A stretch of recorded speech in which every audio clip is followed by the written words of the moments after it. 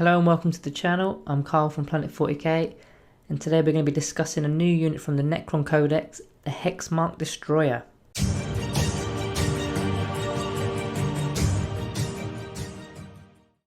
Hexmark Destroyer comes in at 4 power level or 75 points.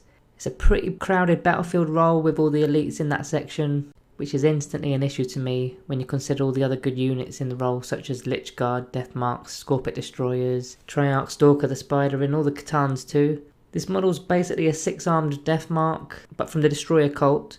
So these can only be brought alone as a unit, so let's take a look at their keywords then. So you've got the Destroyer cult, as we said. He's a character, so he can be protected with the Lookout Sir rule, and he's also got the Hyperspace Hunter keyword, which we'll go over that later in the video.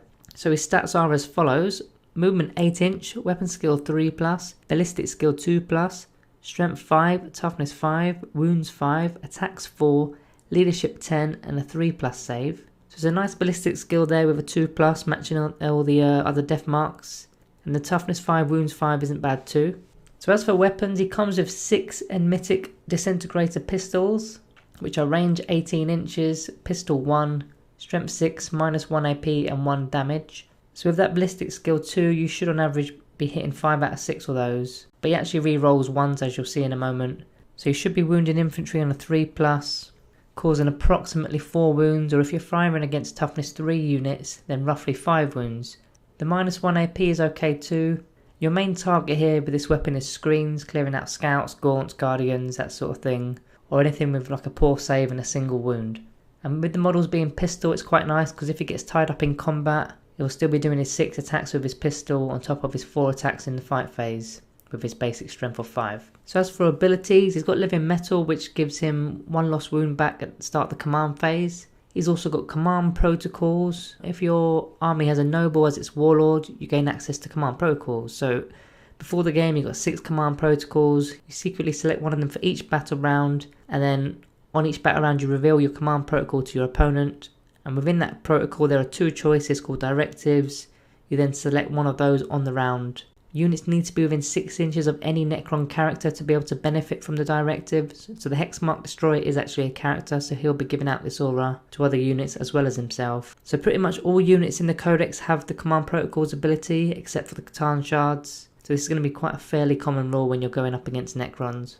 He's got the Dimensional Translocation, which is effectively Deep Strike, so you can place him anywhere on the battlefield more than 9 inches away from enemy models from turn 2 onwards. So this is a loss to your shooting on the first turn, and also as he's an infantry model, he could be getting himself up to say the middle objectives quite early on, and if you're not within 18 inch ranges of your opponents, you could just do secondary objectives such as raising a banner, or just simply act like an area denial unit for objectives or opponent deep strikes. Just like other Destroyer cult units, he's got the Hardwired for Destruction ability, which allows you to reroll 1s to hits, so he shouldn't really be missing any of his shots. Next on in his abilities, he's got Inescapable Death, so whenever he makes a ranged attack, he can ignore any modifiers to his hit roll, and also the target does not gain benefits from cover. Furthermore, if the unit fires Overwatch, he hits on 2s, not 6s. Now he does actually have a way of gaining more attacks with his disintegrators, with what's called Multithreat Eliminator. So every time a model is destroyed by your disintegrator pistols, and after you've made all of your attacks, you can shoot with a pistol an additional time. But these attacks cannot gain even more attacks. So effectively for every model you kill with a pistol shot, you gain another shot. So this is pretty good. If you're shooting a 10-man unit and let's say they've got a 6+ save, you're very likely to kill 4 or 5 of them, giving you an additional 4 or 5 more shots to finish the rest of the squad, and leaving only a few models standing, which pretty much nullifies the squad. So tactically, we've already established that he's an anti-screen unit. Let's say you've got a 5-man unit with toughness 5 and a 3+ save, for example. So he'll still be getting his 6 attacks, re-rolling 1s and hitting on 2, so you should be hitting all those, that's a given. Against toughness 5, you're still wounding on 3s, but because of the decent save, you can only expect a couple of wounds to go through on average. And if they were 2 wounded models, then you're only really destroying one of the models, giving you only 1 additional shot. So he's far better off picking on the weaker units. So let's move on to other rules that he can benefit from then. There's one stratagem that he can use as he's got the Hyperspace Hunter keyword.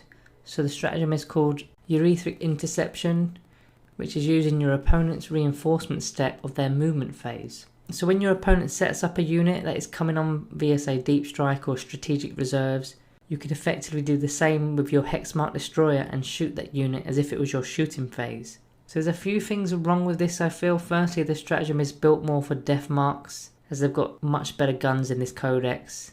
As we've already established, the Hexmark Destroyer is only really good for killing screens, so if there was a screen that would deep strike in, it would feel a bit of a waste. However, it could open things up potentially in the middle of the board. Secondly, if your opponent is playing against Necrons, they probably will know this rule by now, so they simply will just avoid using deep strike. But then again, imagine your opponent drops a unit of Terminators in your back lines. The Hexmark Destroyer isn't going to do much, it's going to be quite useless, so especially when it costs 1 CP as well. Looking at certain dynasties, okay, so the Meth Dynasty, you can't actually use the additional 3-inch to your range because it's a pistol weapon that he's using, but they do have the -1 AP if you're within half range, so that could benefit because you'll be making the pistols a -2 AP. Their stratagem also works well here, as any hit rolls of a 6 inflict a mortal wound on top of the damage to a maximum of 3. So even a 20-man squad could be fearful of him because he's re-rolling 1s and getting additional shots for every kill, so potentially there's plenty of 6s there. This stratagem costs 1 CP. If you're looking to use the custom dynasties, from the Awakening section you could opt for the Immovable Phalanx, which is where if you don't move you get a +1 to your save. So this could be pretty handy if you're going gung-ho with him and with no support, and it will get him a 2+ save if he's say sat on an objective on his own. Unyielding gives him a 6+ invuln save, which is something he doesn't actually have. He doesn't have an invuln at all. But in all honesty, if he's getting shot, it will be against something like a big damage D6 type of weapon anyway. Otherwise he'll just be using his normal save. Looking at the Circumstances of Awakening list, there's Relentlessly Expansionist, which gives your whole army a 6-inch movement after deployment but before turn 1. So this really could help with his 18-inch range from turn 1, as he's going to be moving 6 inches pre-game. He can then move 8 on his own turn. And then obviously he can shoot up to 18, so that's a threat range of 32 inches. That's the only sort of option I see on the Circumstances of the Awakening list. So moving on, he is a character, so you could in theory opt to give him a relic. Probably not worth doing as he's got no invuln save, but we'll have a look at this anyway. So Nano Scarab Caskets gives you 2 lost wounds with the living metal instead of the 1 at the start of the turn, so that could be handy. Veal of Darkness could actually work quite well, as if you could take him within 9 inches of enemy units, but bring him with backups such as warriors or immortals, so that he can't be targeted due to the Lookout Sir rule. But then he's obviously being aided as well with the shooting. Personally though, I think you're better off doing this kind of tactic with one of the Cryptex, which costs the same sort of points, and it doesn't take up one of your potentially heavy use slots in the elite section. Another option is the Nihilak Relic, which is the Infinity Mantle, which gives you a +1 to your saving throw or a 6-up Feel No Pain roll. That could work nice if you're using those. The Saltak Relic, the Vanquisher's Mask, makes enemy units within 3 inches not eligible to fight first in the fight phase. Now I know the Hexmark isn't a close combat model, but if he kept up with some more close combat orientated units such as Ophidian Destroyers, Wraiths, Scorpec Destroyers, then he can ensure that your guys are always fighting first. And again, because of the Lookout Sir rule, he's not being targeted either. Although saying that, again, I think one of those other cryptets can do it just as well. For example, the Chronomancer could be granting a reroll to their charge and giving them a 4+ invuln, and that doesn't even include the Arcanas, so there's just better options out there that fulfill the roles that he can do here. So in conclusion, his stats are okay. That lack of invuln is really damaging, although at least he is a character. His only real targets are weak screens, and for the points he costs you, you could be getting a small squad of something else like warriors to deal with those screens. Or you could just be getting another Plasmancer, for example. The jobs he does I feel could be better off being done by other units that are far more effective and much more survivable too.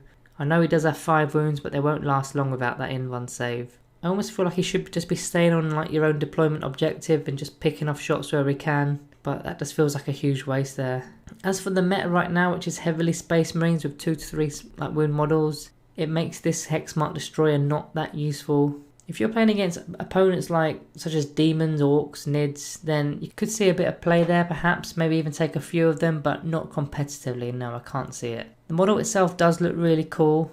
They're just way overpriced for what they can do. They should be more like 50 points, not 75 points. I would want them also in sort of squads of 2 or 3. That would just make them a bit more usable. Strength 6 is nice, but the AP and damage deems it useless unless you're fighting the weak stuff. Also, the synergy with this unit, it doesn't really synergize well with the rest of the book either. Nothing really adds up with this unit. I mean, is he actually going to make his points back within the game? Probably not. As for his rating, I think I'm going to be giving him a Planet 40k rating of 2 out of 5, which is a real shame as he's a brand new model.